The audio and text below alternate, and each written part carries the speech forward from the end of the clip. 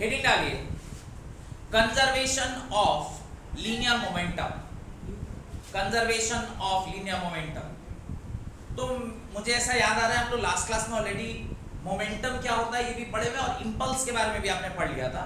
अभी सिर्फ मोमेंटम के बारे में पढ़ना है। तो write the principle conservation of linear momentum के अंदर लिखिए this principle is a consequence of Newton's second and third law of motion. This principle is the consequence of Newton's second and third law of motion. Newton's second and third law of motion. According to this principle,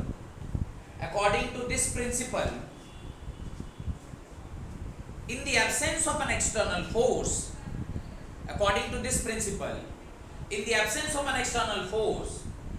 the total momentum of a system remains constant or conserved. The total momentum of a system remains constant or conserved. In the absence of an external force, the total momentum of a system remains constant or conserved and does not changes with time. क्या कह रहा है आपका जो अगर किसी भी तरीके से सिस्टम के ऊपर एफ एक्सटर्नल कितना है 0, सिस्टम के ऊपर एफ एक्सटर्नल कितना है 0, तो एफ एक्सटर्नल का फॉर्मूला क्या होता है? एफ एक्सटर्नल होता है D P by D T. अगर ये क्वांटिटी आपकी क्या हो गई 0 हो गई, ये क्वांटिटी क्या हो गई 0 हो गई, तो मैं क्या लिख सकता हूं D P by D T is equal to how much 0 के बराबर। और आप जानते हैं कि अगर किसी सिस्टम का डेरिवेटिव 0 होता है इसका मतलब जो फंक्शन है वो क्या हो जाएगा कांस्टेंट हो जाएगा। इसका मतलब फंक्शन क्या हो जाएगा कांस्टेंट। दैट इज जो मोमेंटम है वो किसके बराबर हो गया कांस्टेंट के बराबर। वो मोमेंटम किसके बराबर हो गया कांस्टेंट के बराबर। तो ये सिस्टम क्या हो गया कांस्टेंट के बराबर हो गया। डन। इसको लिखिए एक बार, इसको लिखिए राइट। तो मोमेंटम क्या हो जाता है कंजर्व हो जाता है। मोमेंटम कांस्टेंट होने का मतलब है मोमेंटम क्या हो गया कंजर्व हो गया। मोमेंटम क्या हो गया कंजर्व हो गया। Momentum is conserve, momentum is conserve. Momentum constant मतलब मोमेंटम इज कंजर्व। डन। तो ऐसा कब होगा जब आइसोलेटेड सिस्टम है। कैसा system isolated system. What do you mean by isolated system? Isolated system means where F external is equal to 0। F external किसके बराबर हो 0 के बराबर। आइसोलेटेड सिस्टम मतलब कोई बाहरी फोर्स काम नहीं कर रहा है। डन। इसका बेस्ट एग्जांपल है ये मान लीजिए एक बॉल है, इसका मास m1 और ये एक u1 वेलोसिटी से भाग रहा है। इसी तरह एक दूसरा मास है जो m2 है और वो भी इधर किस वेलोसिटी से जा रहा है u2 वेलोसिटी से जा रहा है। वेयर क्लियरली लिखा हुआ है u1 is greater than u2। अब ये चूंकि ज्यादा स्पीड से भाग रहा है, एक टाइम ऐसा होगा जब ये दोनों टकराएंगे। जब ये दोनों टकराएंगे इसके एक फोर्स लगेगा, फोर्स ऑन वन, ये टू बॉडी है तो force on one because of 2, और इसके ऊपर एक फोर्स लगेगा फोर्स ऑन 2 बिकॉज ऑफ 1। इसके बाद वापस से ये दोनों फिर अलग अलग स्पीड से, ये m2 बॉडी है, ये m1 बॉडी है, ये v1 स्पीड से जाने लगेगा और ये किस स्पीड से जाने लगेगा v2 स्पीड से जाने लगेगा। अब चूंकि इसको आपने क्या माना है सिस्टम माना है। कैसा system isolated system. F external यहां पर क्या है 0 के बराबर है।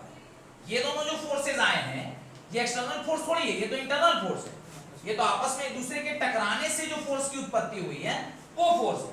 तो यहां पर आप क्या कर सकते हैं, मोमेंटम को क्या कर दीजिएगा, कंजर्व कर दीजिएगा।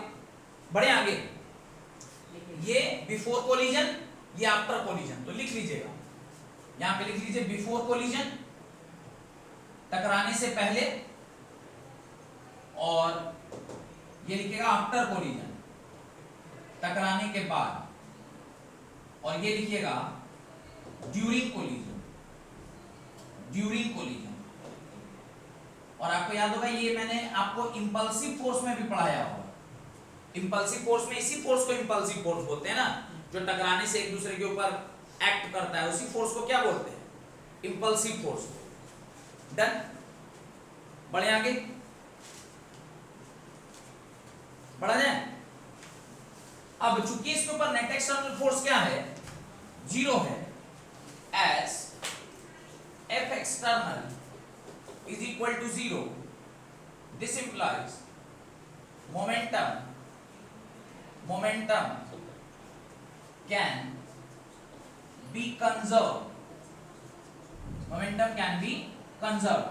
What is conservation of momentum? Conservation of momentum क्या है? Initial momentum must be equal to final momentum. Actually ऐसा नहीं होगा, एक मिनट रुकिए। मोमेंटम कंजर्व होने का मतलब है delta P change in momentum किसके बराबर, जीरो के बराबर। ये एक्चुअली कहां से आया होगा वो भी देख लीजिए। आप क्या लिखे, F is equal to dp by dt। ध्यान से देखिए, हमारा ये F क्या है, जीरो है, तो dp बाई dt क्या हो गया, जीरो हो गया। क्रॉस मल्टीप्लाई किए तो dp क्या हो गया, जीरो। dp को अगर मैं बड़ा कर दूंगा तो क्या लिखूंगा, चेंजिंग मोमेंटम क्या हो जाएगा, चेंजिंग मोमेंटम किसके बराबर, जीरो के बराबर। चेंजिंग मोमेंटम अगर जीरो है का मतलब है, क्या मतलब है, final momentum minus initial momentum किसके बराबर, जीरो के बराबर। और इसका मतलब होता है कि इनिशियल मोमेंटम किसके बराबर हो जाएगा, फाइनल मोमेंटम। ये लॉजिक क्लियर है, ये पूरा लॉजिक क्लियर है। इसका एक और लाइन यहां क्या लिख सकते हैं, that is Pf is equal to what, Pi के। यही वाली लाइन हमने यहां पर क्या की है, लिखिए कि Pf किसके बराबर, Pi के बराबर। Pf किसके बराबर, Pi के बराबर। यही लाइन यहां लिखे हैं, Pf किसके बराबर है, Pi के बराबर। अब चूंकि Pf Pi है, Pi मतलब इनिशियल मोमेंटम, तो लिखिए Pi is equal to initial momentum. Initial momentum मतलब मास इनटू वेलोसिटी। हमने जो सिस्टम लिया है वहां पर Pi किसके बराबर, m1u1 प्लस m2u2 के बराबर। क्यों, देख लीजिए, initially mass into velocity plus mass into velocity, initial momentum. Momentum तो ये होता है मास इनटू वेलोसिटी। और Pf किसके बराबर, Pf is equal to final momentum. Pf is equal to final momentum. And what is final momentum, Pf is equal to m1v1 plus m2v2। हो गया। क्यों ऐसा, क्योंकि आपने लिखा नहीं यहाँ पे, finally body is moving with v1 velocity and this is moving with v2 velocity. और दोनों क्या होने चाहिए, मोमेंटम चूंकि क्या है, कंजर्व्ड है, तो आप लिख सकते हैं Pi must be equal to what, Bf, that is m1u1 plus m2u2 must be equal to m1v1 plus m2v2। यहां तक कोई डाउट नहीं। अब m1 वाले को एक तरफ कर लेते हैं, m2 वाले को एक तरफ कर लेते हैं। m1u1 minus m1v1 must be equal to m2v2 minus m2u2। यहां से m1 कॉमन लेंगे, क्या आएगा, m1 कॉमन लेंगे क्या आएगा, u1 माइनस v1। और यहां से m2 कॉमन लेंगे, क्या आएगा, v2 माइनस u2। और m1 बाई m2, कई बार सवाल आपको ऐसा देखने को मिलेगा, find the ratio of what, masses. तो आपका जो फॉर्मूला बनता है वो क्या बन जाता है, ये आपका ये लीनियर मोमेंटम के कंजर्वेशन से आया है formula. Done.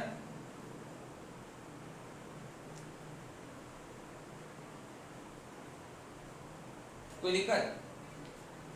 This is all about conservation of linear momentum. Conservation of linear momentum. जहां कहीं भी सिस्टम के ऊपर नेट एक्सटर्नल फोर्स क्या है, जीरो है, वहां पर ये क्या करता है, काम करता है। वहां पर ये क्या करता है, काम करता है। m1 by m2 must be equal to v2 minus u2 by u1 minus v1। यहां से एक और चीज क्या पता चली पता है, इसका मतलब कहीं ना कहीं क्या होगा, v2 जो है ये बड़ा रहेगा किससे, u2 से। यानी टकराने के बाद सेकंड वाले का स्पीड क्या हो जाएगा, बड़ा हो जाएगा, और पहले वाले का स्पीड क्या हो जाएगा, छोटा हो जाएगा। और पहले किसका स्पीड ज्यादा था, पहले वाले का स्पीड ज्यादा था और दूसरे वाले का स्पीड कम था। क्लियर? यहां तक हो गया।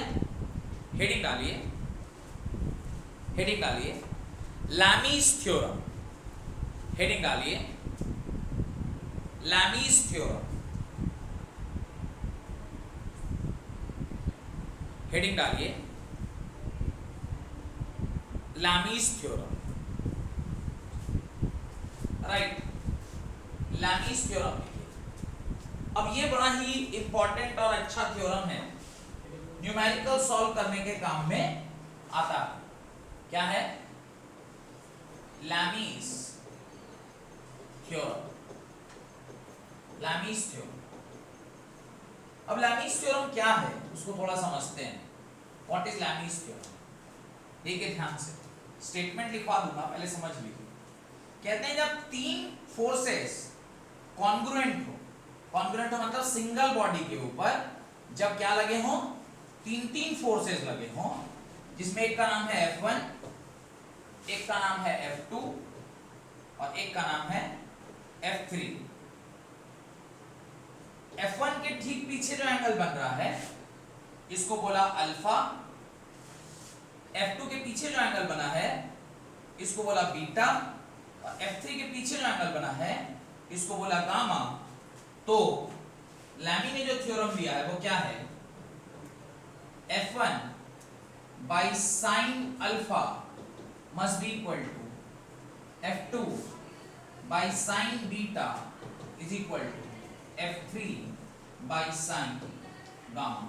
तो पहले आप लैमीज थ्योरम लिख लीजिए, उसके नीचे हम लोग ये स्टेटमेंट लिख लेंगे। According to this theorem, when three concurrent forces F1, F2, F3 are acting on a body such that, according to this theorem, when three congruent forces F1, F2, F3 are acting on a body which is in equilibrium, very important, bodies कैसे होने चाहिए, body should be in equilibrium, body किस में होना चाहिए, equilibrium पे होना चाहिए। then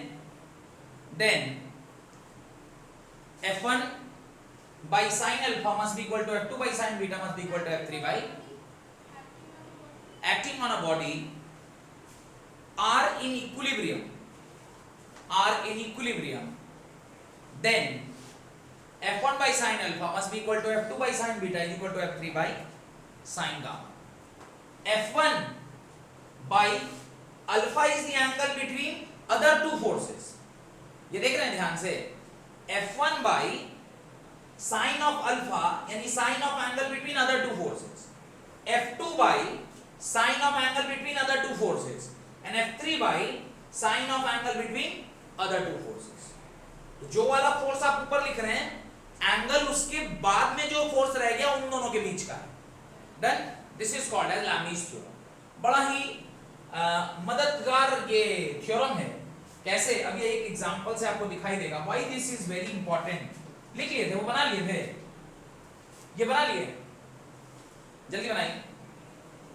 तो काफी एक अच्छा एग्जांपल आपको देता हूं जिससे आपको ये सवाल, ये इसको यूज कैसे करना, मतलब application, how to apply this question है। देखिए एक इस तरह का सिस्टम है जहां पर ये ऐसे दीवार है, इधर भी दीवार है और एक ऑब्जेक्ट किसी दो रस्सी के सहारे ऐसे अटका हुआ है। आपने इसको यहाँ से भी रस्सी में बांध रखा है और इस कॉर्नर से भी रस्सी में बांध रखा है और ये वाला एंगल कितना दिया हुआ है आपको 60 डिग्री है। This angle is equal to 60 degree. यहाँ पर कोई एक टेंशन T1 काम कर रहा होगा क्योंकि इसको पकड़ के रखा हुआ है और यहाँ कोई टेंशन T2 है। आपसे कह रहा find the value of T1 and T2 in this tube. इतना ही आपको दिया है। मास इसका दिया हुआ है 4 किलो। ये कितने का है? 4 kg का है।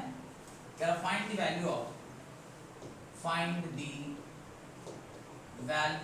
Of T1 and T2 in the string. String में आपको T1 और T2 पता करना। अब आपको ये सोचना है कि सर ने लैमी थ्योरम के बाद ही इसको पढ़ाया है तो कहीं ना कहीं लैमी थ्योरम ही लग रहा होगा।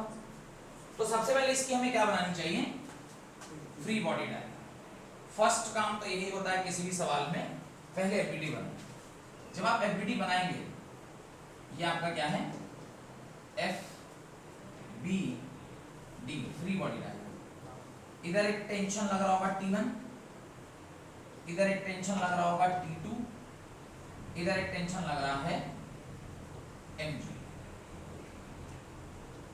यहां तक पहुंचने के बाद क्या आपको दिख रहा है कि बॉडी इक्विलिब्रियम में हिल डुल नहीं रहा है? यानी बॉडी किसमें? इक्विलिब्रियम। लैमी थ्योरम में एक वर्ड लिखा हुआ है इन इक्विलिब्रियम। बॉडी इक्विलिब्रियम में है, पहला कंडीशन फुलफिल हो गया। 3 फोर्सेस हैं लगे हुए, 3 कॉन्ग्रुएंट फोर्सेस। कॉन्ग्रुएंट फोर्सेस यानी तीनों का जो ओरिजिन है वो सेम है, एक ही ऑब्जेक्ट पे लगा है। तो 3 congruent forces and all 3 are in equilibrium. इसका मतलब इसके ऊपर आप क्या लगा सकते हैं? लैमी लगा सकते हैं। अगर लैमी थ्योरम लगाइएगा तो थोड़ा सा ट्रिग्नोमेट्री यानी मैथमेटिक्स का भी यूज करना होगा। ये 60, ये 90, मतलब ये वाला एंगल कितना हो जाएगा? 30 और ये वाला एंगल कितना है? 90। तो दोनों मिला के 120, यानी ये वाला एंगल कितना हो गया? 120 डिग्री। ये वाला एंगल कितना होगा? ये 30 है तो ये वाला एंगल कितना हो जाएगा? 60 डिग्री। ये 60 और ये 90, ये कितना हो जाएगा? 150 डिग्री। और ये क्लियरली दिखाई दे रहा है कितना है? 90 डिग्री। एंगल निकल गया। कोई एंगल में डाउट है तो पूछिए। अरे ये 60 है तो ये 90, तो ये 30 हो गया। ये 30 है तो ये 60 हो जाएगा क्योंकि दोनों 90 होना चाहिए। और तीसरा वाला फोर्स तो यहाँ लगा हुआ है ना, तो ये 90 + 60 कितना हो गया? 150। और इधर आपका ये वाला तीसरा और ये 90, तो 30 और 90 120, ये आ गया। अब क्या? तो हो गया आसान। अब आप क्या करिए, लिखिए T1 बाई साइन ऑफ कितना डिग्री लिखिएगा? Sine of 150 degree must be equal to T2 by sine of क्या लिखिएगा? 90 डिग्री। और तीसरा mg मतलब चार्ज 4g बाई कितना लिखिएगा? Sine of 120 degree. 4g नहीं होगा, 40 का वजन है और g लगेगा, mg लगा हुआ है ना। यहां तक तो कोई डाउट ही नहीं होना चाहिए। इसके बाद का कहानी तो आसान है, ये हम ही सॉल्व करेंगे, आप कर लेंगे। T1 बाई इसको क्या लिख सकते हैं? Sine 180 - 30 degree. इसको क्या लिख सकते हैं? T2 by 1। इसको क्या लिख सकते हैं? 40 बाई साइन 180 - 60 लिखिए या 90 + थीटा, जो भी लिखिए। साइन 180 - थीटा किसके बराबर? Sine 180 - theta cos। Sine will remain sine, cos will remain cos। तो साइन 180 - थीटा ही साइन थीटा एंड पॉजिटिव। तो साइन थीटा, यहाँ पे थीटा क्या है? 60 डिग्री हो गया ना। ये क्या आया? T1 by sine 60 equal to T2 by 1 equal to 40 by sine 1 क्या है? 180 - 60, ये 180 और यहाँ 30 है, सॉरी ये वाला 30 होगा ना, ये 30 होगा, ठीक है। ये 30 और ये 60, बस सॉल्व कर लीजिए। T1 by sine 30 1/2 must be equal to T2 is equal to 40 by sine कितना 60, साइन 60 इज √3/2। किसी दो को इक्वेट कर लीजिए। T2 is equal to 40 into 2/√3 into half, 2 से 2 कट गया, 40√3/3, ये आपका क्या आ गया T2 आ गया, सॉरी T1 आ गया। और T2 के लिए क्या कीजिए, इन दोनों को इक्वेट कर लीजिए।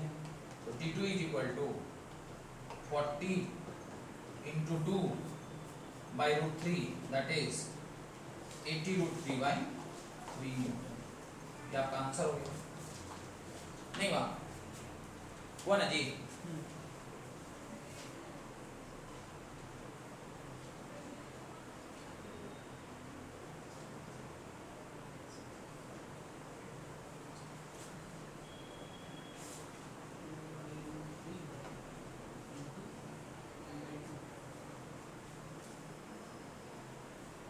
T1 जरा सॉल्व करिए ना, पूरा पूरा कितना आ रहा है? √3 कहाँ से आएगी ऊपर में √3 कहाँ से? अच्छा उसको रैशनलाइज किया यार। किसी एक को सॉल्व कीजिए ना, 40/√3 इंटू 40/3 इंटू √3, 40/3 कितना होता है 13 पॉइंट समथिंग, 13 पॉइंट समथिंग को 1.7 से मल्टीप्लाई कीजिएगा। पूरा आंसर में जरूरी है। हाँ 22.63 या 45.26 ऐसा कुछ आ रहा है, देखिए ना।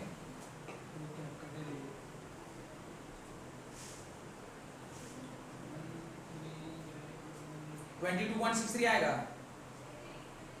13.33 इंटू 1.7 करिए ना, 13.33 इंटू 1.7, मेरे ख्याल से उतना ही आना चाहिए।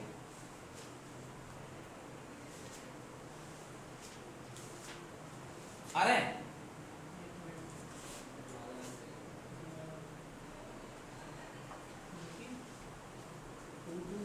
22 पॉइंट समथिंग, हाँ करेक्ट आ रहे हैं। इससे आपका ये भी क्या हो गया, समाप्त हो गया।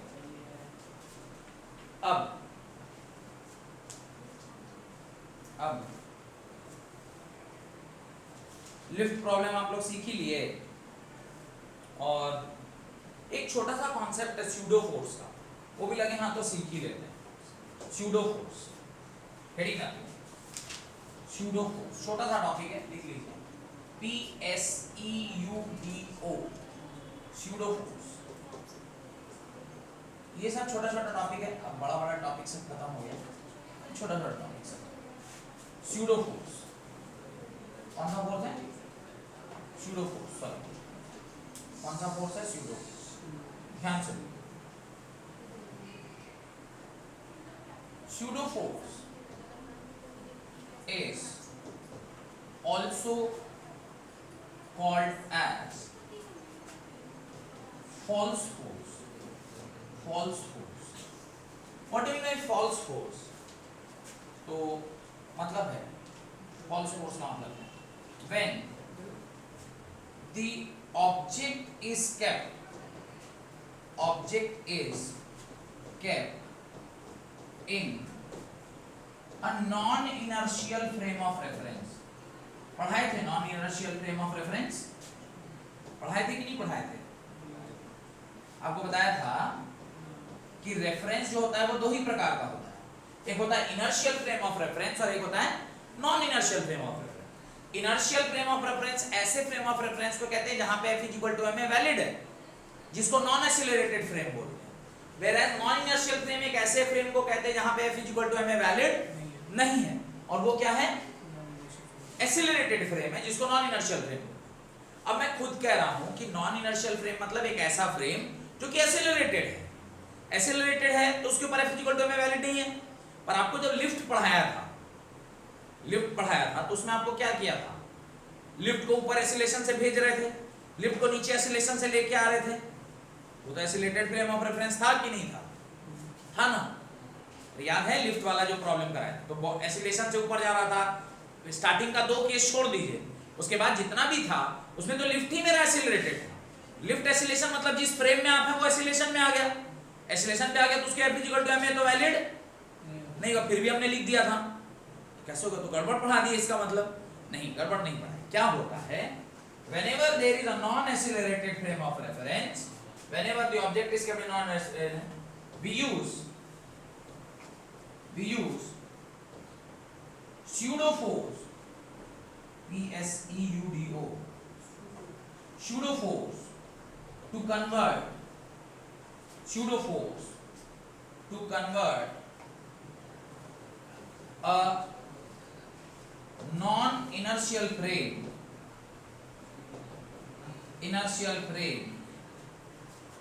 into a inertial frame of reference into a inertial frame of reference। आप नॉन इनर्शियल को इनर्शियल में कैसे बदलते हैं? By using a pseudo force. What is pseudo force?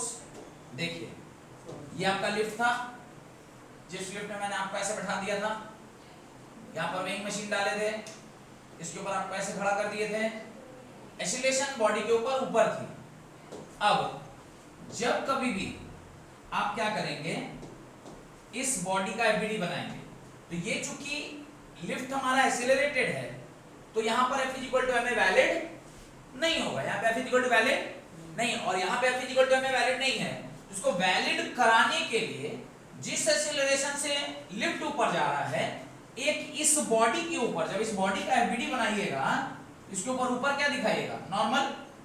नीचे क्या दिखाइएगा? mg। और इसी बॉडी के ऊपर नीचे एक और फोर्स दिखा दीजिए ma, जो एक्चुअली में इसके ऊपर लग नहीं रहा है, और हम लोग इसलिए लिख दिए in order to cancel out this effect, and हम लोग इसके ऊपर क्या अप्लाई कर सके? F इक्वल टू ma लगा सके। तो ये जो एक्स्ट्रा फोर्स आपने लगाया है, this is PSEUDO pseudo force, इसी को क्या कहते हैं? Pseudo force. अब आप देखिए इसका एक्सप्रेशन में निकाल रहा हूं, तो नेट फोर्स ऊपर वाला नीचे वाले के बराबर होना चाहिए। Normal is equal to mg, sorry, normal minus mg minus ma must be equal to mass into acceleration. ये एक्सीलरेशन अब क्या हो गया? 0। एक्सप्रेशन क्या हो जाएगा? n minus mg minus ma is equal to 0। n is equal to mg plus ma, और which is equal to m bracket g plus. आपके पास कॉपी है ना, वही वाला जिस कॉपी में हम लोग ये पढ़े थे? जरा देखिए, लिफ्ट जब ऊपर जाती है तो मास बढ़ता है कि घटता है? देखिए जरा, बढ़ रहा है, बढ़ रहा है ना। और एक्सप्रेशन क्या आया है? n is equal to m bracket g plus ही आया है। तो अगर मैं स्यूडो फोर्स न भी पढ़ाता तो आंसर आप लोग गलत नहीं निकालते, लेकिन कॉन्सेप्ट जरूर गलत लगा रहे होते। अब आपके पास क्या हो गया? कॉन्सेप्चुअली भी आपने क्या कर लिया?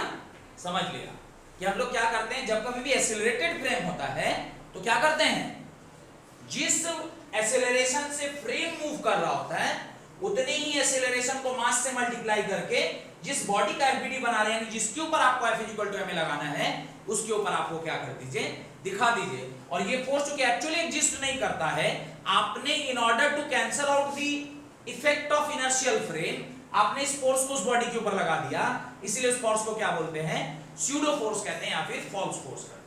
तो जो फॉल्स या स्यूडो फोर्स आप खुद से लगा देते हैं एक ऐसे ऑब्जेक्ट के ऊपर जो कि इनर्शियल फ्रेम में रखा हुआ है, सॉरी नॉन इनर्शियल फ्रेम में रखा हुआ है, in order to convert that into what? Inertial frame, that force is only called as pseudo force or false force। मान लीजिए नहीं भी पता था, तो आंसर तो आप सही निकालते, लेकिन आप लोग तो सब्जेक्टिव एग्जाम दीजिएगा, सब्जेक्टिव में तो दिखाना पड़ेगा ना ये सब करके। जबकि आप याद रखिए, जब इसको हम लोग ऐसे बना रहे थे तो क्या लिखे थे? ऊपर नॉर्मल, नीचे mg, और मैंने ma ऊपर की ओर लिखा है। देखिए वाले फोटो में देखिएगा ma ऊपर लिखे हैं, एक्सीलरेशन ऊपर है तो ma ऊपर लिखा हुआ है। देखिए लिखा है ना ma ऊपर, एक्सीलरेशन ऊपर दिखा है ना उसमें, और उसके बाद सीधे लिख दिए n minus mg is equal to ma, और इधर माइनस mg था, उधर ले आके उसको प्लस कर दिए, तो एक्सप्रेशन तो क्या आ गया? सेम आ गया, लेकिन कॉन्सेप्चुअली क्या है? गलत है। क्यों? क्योंकि जो फ्रेम था वो कैसा था? Non inertial frame. Frame move कर रहा है ना, नॉन इनर्शियल फ्रेम मतलब एक्सीलरेटेड फ्रेम। एक्सीलरेटेड एक्सेलरेशन में हो जाएगा तो उसके ऊपर आप F is equal to ma नहीं लिख सकते। In order to write F is equal to ma we have to use what, pseudo force on the body जिसके ऊपर आप फोर्स लगाना चाहते हैं, और वो स्यूडो फोर्स किसके बराबर होता है, mass of the body into acceleration of the frame, और उसको आप उल्टा करके कहां लगा दीजिए, उस बॉडी पर। अब आप F is equal to ma लगाइए, मजे में कहीं कोई दिक्कत नहीं। जहां कहीं भी बॉडी एक्सेलरेटेड हो गया वहां पर आपको ये कॉन्सेप्ट क्या रखना होगा, ध्यान रखना। डन। यहां से आपका कंजर्वेशन ऑफ मोमेंटम का कॉन्सेप्ट भी क्या हो गया, खत्म हो गया। छोटा छोटा टॉपिक सब बचा हुआ है, एक क्लास और लगेगा और ये चैप्टर आपका खत्म हो जाएगा। फ्रिक्शन और how to reduce friction, how to increase friction, why friction is necessary, ये छोटे छोटे टॉपिक हैं। और एक है बैंकिंग ऑफ रोड, रोड का बैंक करना, दोनों छोटा छोटा टॉपिक है।